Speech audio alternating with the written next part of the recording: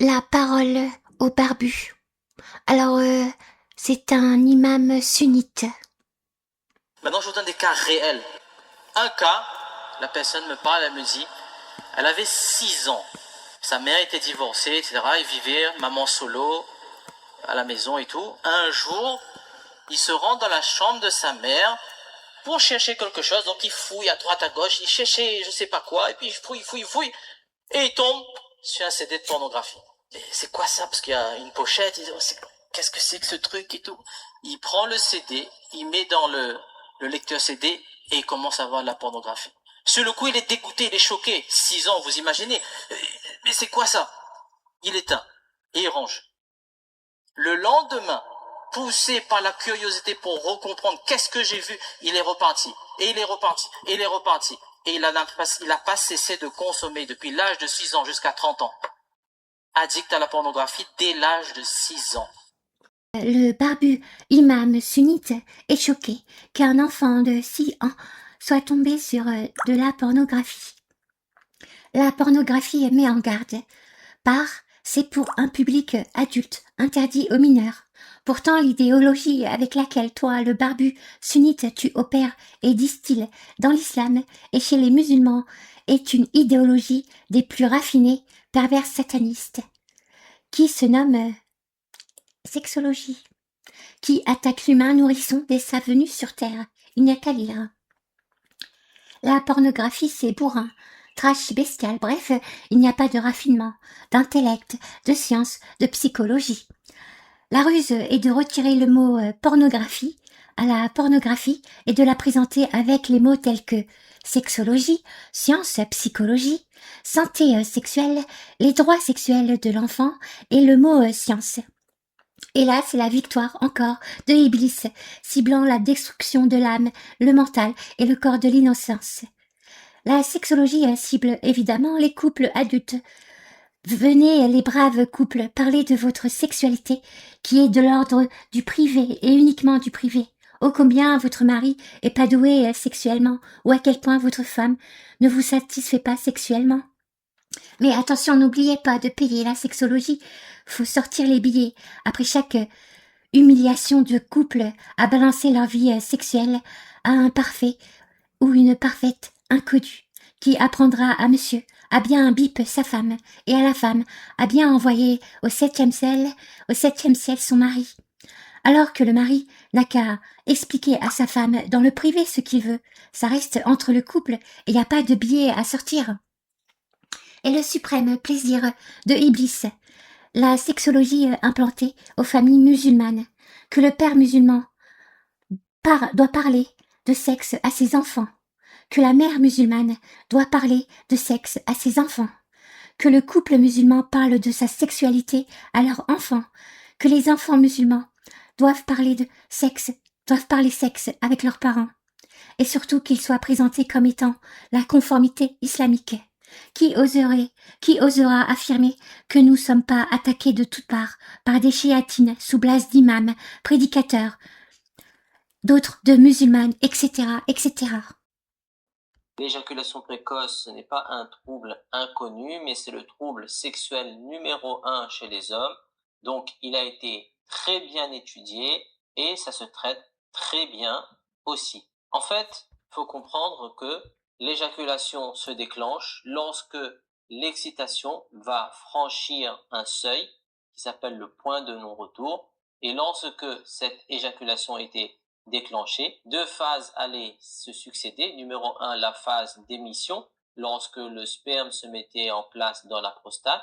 Et 2, la phase d'expulsion, lorsqu'il y avait expulsion du sperme par saccade via l'urètre. Donc, moralité, on avait dit que si quelqu'un veut allonger la durée de ses rapports, il a intérêt mesurer son excitation et faire que cette excitation ne franchissait pas le point de non-retour. Dans cette vidéo, on va répondre à une question récurrente. Chers frères en islam, bienvenue dans cette nouvelle vidéo. Abu Hadia de Muslim Sexothérapie, c'est un plaisir pour moi de vous retrouver ici aujourd'hui. Alors dans cette vidéo, Muslim sexe. On va répondre à une question récurrente que beaucoup d'entre vous se posent ou ont déjà posé certainement. Donc on va s'atteler à répondre à cette question avec l'aide d'Allah subhanahu wa ta'ala. La question c'est, est-ce que le sexe oral est permis ou pas entre les époux, à savoir le cunilingus, la fellation ou l'anulingus? Est-ce que c'est permis ou pas? Alors, l'islam, le Coran ne parle aucunement de sexe. Dieu est très clair, hein. La relation sexuelle entre un homme et une femme, c'est dans le cadre du mariage. Et uniquement ça. Il s'arrête à ça. La relation sexuelle entre l'homme et la femme est uniquement halal quand c'est dans le cadre du mariage. Il ne parle pas des pratiques sexuelles entre l'homme et la femme. Ça, c'est les pornographes sexologues, évidemment, tels que tu es, toi. Et évidemment, Dieu ne se mêle pas de la sexualité de l'homme et de la femme mariée. Entre eux, ils font ce qu'ils veulent. Et surtout, c'est privé. Pas. On va répondre à cette question et je vous donnerai mon avis, Inch'Allah ta'ala. Donc c'est parti, il faut savoir, ou bien c'est un rappel pour vous, qu'il y a deux grands interdits lors des rapports entre les époux musulmans. Un, c'est le rapport par l'anus, à savoir la sodomie, car le prophète sallallahu alayhi wa sallam nous dit dans un hadith rapporté par Abu Daoud que malédiction sur le mari qui vient vers sa femme ou qui pénètre sa femme. C'est maudit est celui, ça c'est dans Boukhari et l'autre là, le soi-disant musulman, maudit, ils font dire ça au prophète, hein. Maudit soit celui qui sodomise sa femme. Évidemment, il n'a rien dit de sexuel, le prophète Mohammed. La sexualité, c'est privé. Mais c'est les fables de Boukhari et musulman. Et dit musulman. L'anus. Et aussi, il y a le verset du Coran, donc bien connu, qu'Allah subhanahu wa ta'ala nous dit Nisa'ukum harthun lakum fa'tu harthakum anna shi'tum, que vos femmes sont pour vous comme un champ, allez à votre champ comme vous le voulez. Donc ici, les savants expliquent que fa'tu harthakum anna shi'tum, allez à votre champ comme vous le voulez. Ça veut dire qu'on peut aller dans le champ, à savoir le vagin, de la position qu'on veut. Donc toutes les positions sont permises tant qu'on utilise le champ, à savoir le vagin. Ces savants-là sont très portés sur le sexe, hein, parce que pour voir, et ils sont très pervers, hein, parce que pour voir vos femmes sont un champ de labour, allez à votre champ de labour comme vous le voulez, pour voir ça comme étant de la sexualité, non. Allez, le champ, on laboure un champ. Pourquoi? Parce qu'un champ labouré, ça donne des fruits. Ça donne un résultat.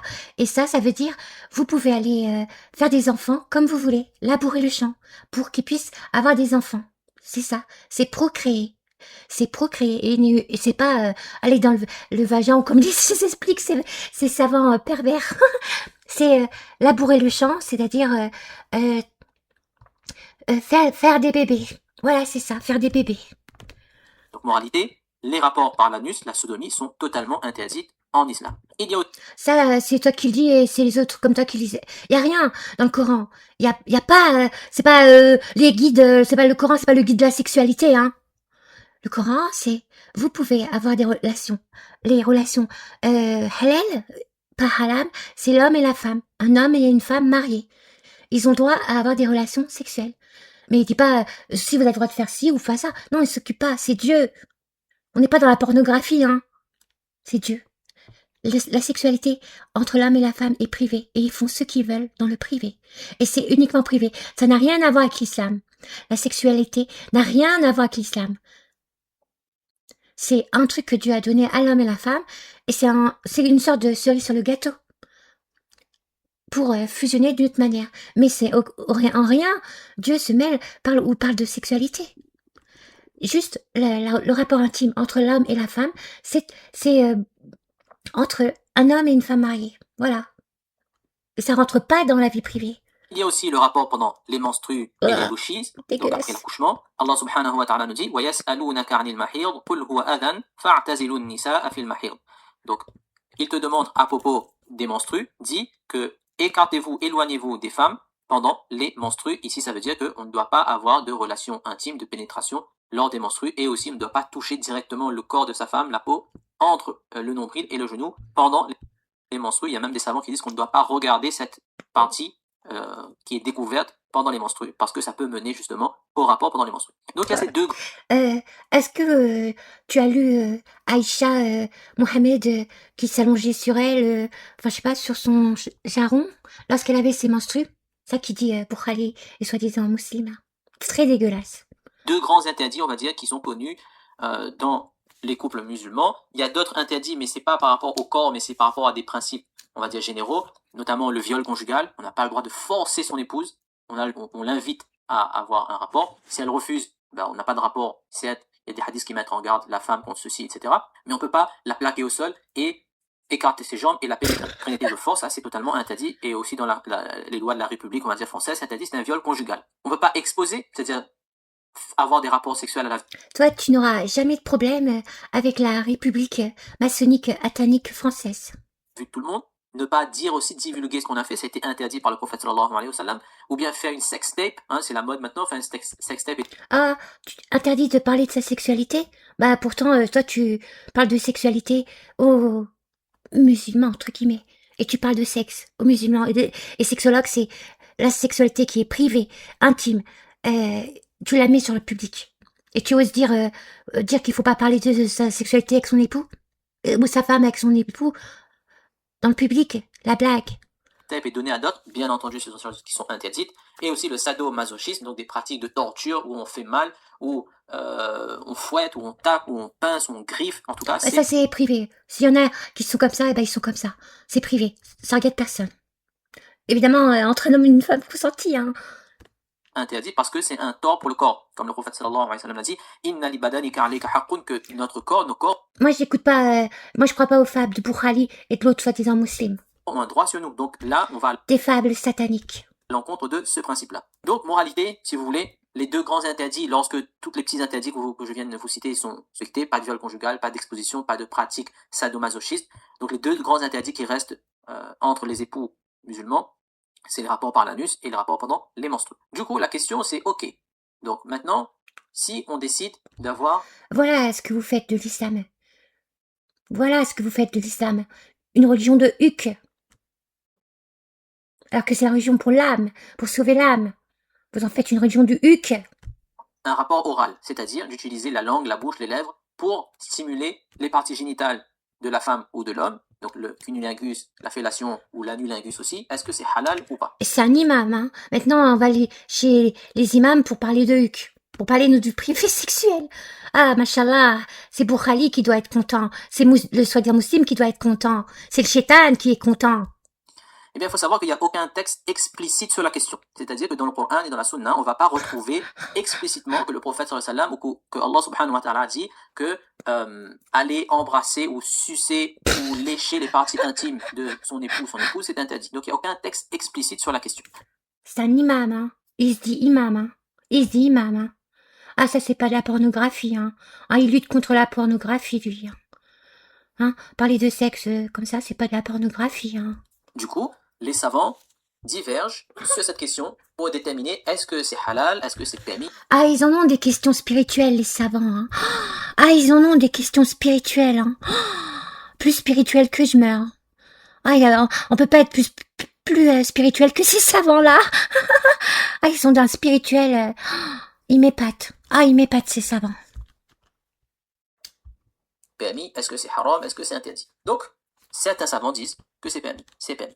Pourquoi? Parce qu'il n'y a aucune interdiction explicite. Le prophète sallallahu alayhi wa sallam et Allah subhanahu wa ta'ala n'a pas rendu cela interdit explicitement dans les textes de la sunna et du Coran. Et en plus, vu qu'on a fait le nikah, on s'est marié, donc tout le corps de l'époux et de l'épouse est halal pour son partenaire, pour son époux, son épouse. À l'exception de l'anus, à l'exception du vagin en état de menstru ou bien entre le nombril et le genou en état de menstru. À part cela, tout le corps d'un homme, d'un mari ou d'une épouse est halal pour son époux, son épouse. Donc, ça veut dire qu'on peut aller embrasser n'importe quelle partie du corps de son époux ou son épouse. C'est pour cela que ces savants-là disent que c'est permis. Il y en a d'autres qui disent que c'est interdit, totalement interdit. C'est-à-dire que oui, il n'y a pas d'interdiction explicite de la pratique, certes, mais il y a des principes généraux à respecter, à savoir que Allah subhanahu wa ta'ala a anobli l'être humain. وَلَقَدْ كَرَّمْنَا بَنِي آدَمَ.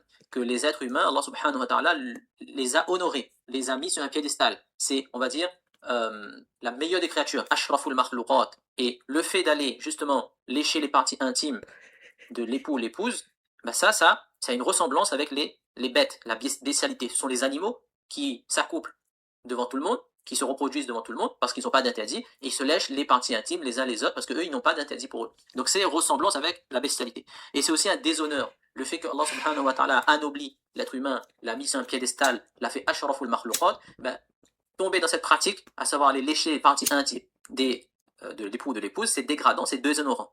Donc, à cause de cela, certains savants disent que non, c'est totalement interdit, on ne peut pas faire cela. Et puis, il y a un troisième avis qui est un peu plus nuancé et qui dit que oui, c'est permis en soi, parce qu'il n'y a rien d'explicite qui est interdit, mais, alors j'explique cela, il n'y a aucun texte explicite, comme on le voit depuis le début de cette vidéo, mais il ne faut pas considérer la sunna et le Coran juste quand il n'y a pas de texte. Mais il faut prendre tous les enseignements du Coran et de la sunna et mettre tout ensemble. Je voulais passer, je sais pas si le moment où il a dit que avoir des rapports intimes, les rapports intimes entre l'homme et la femme sont une adoration de Dieu. Je sais pas s'il est passé ou pas, ce passage-là, mais c'est pour dire que aucunement la relation intime entre l'homme et la femme est une adoration de Dieu.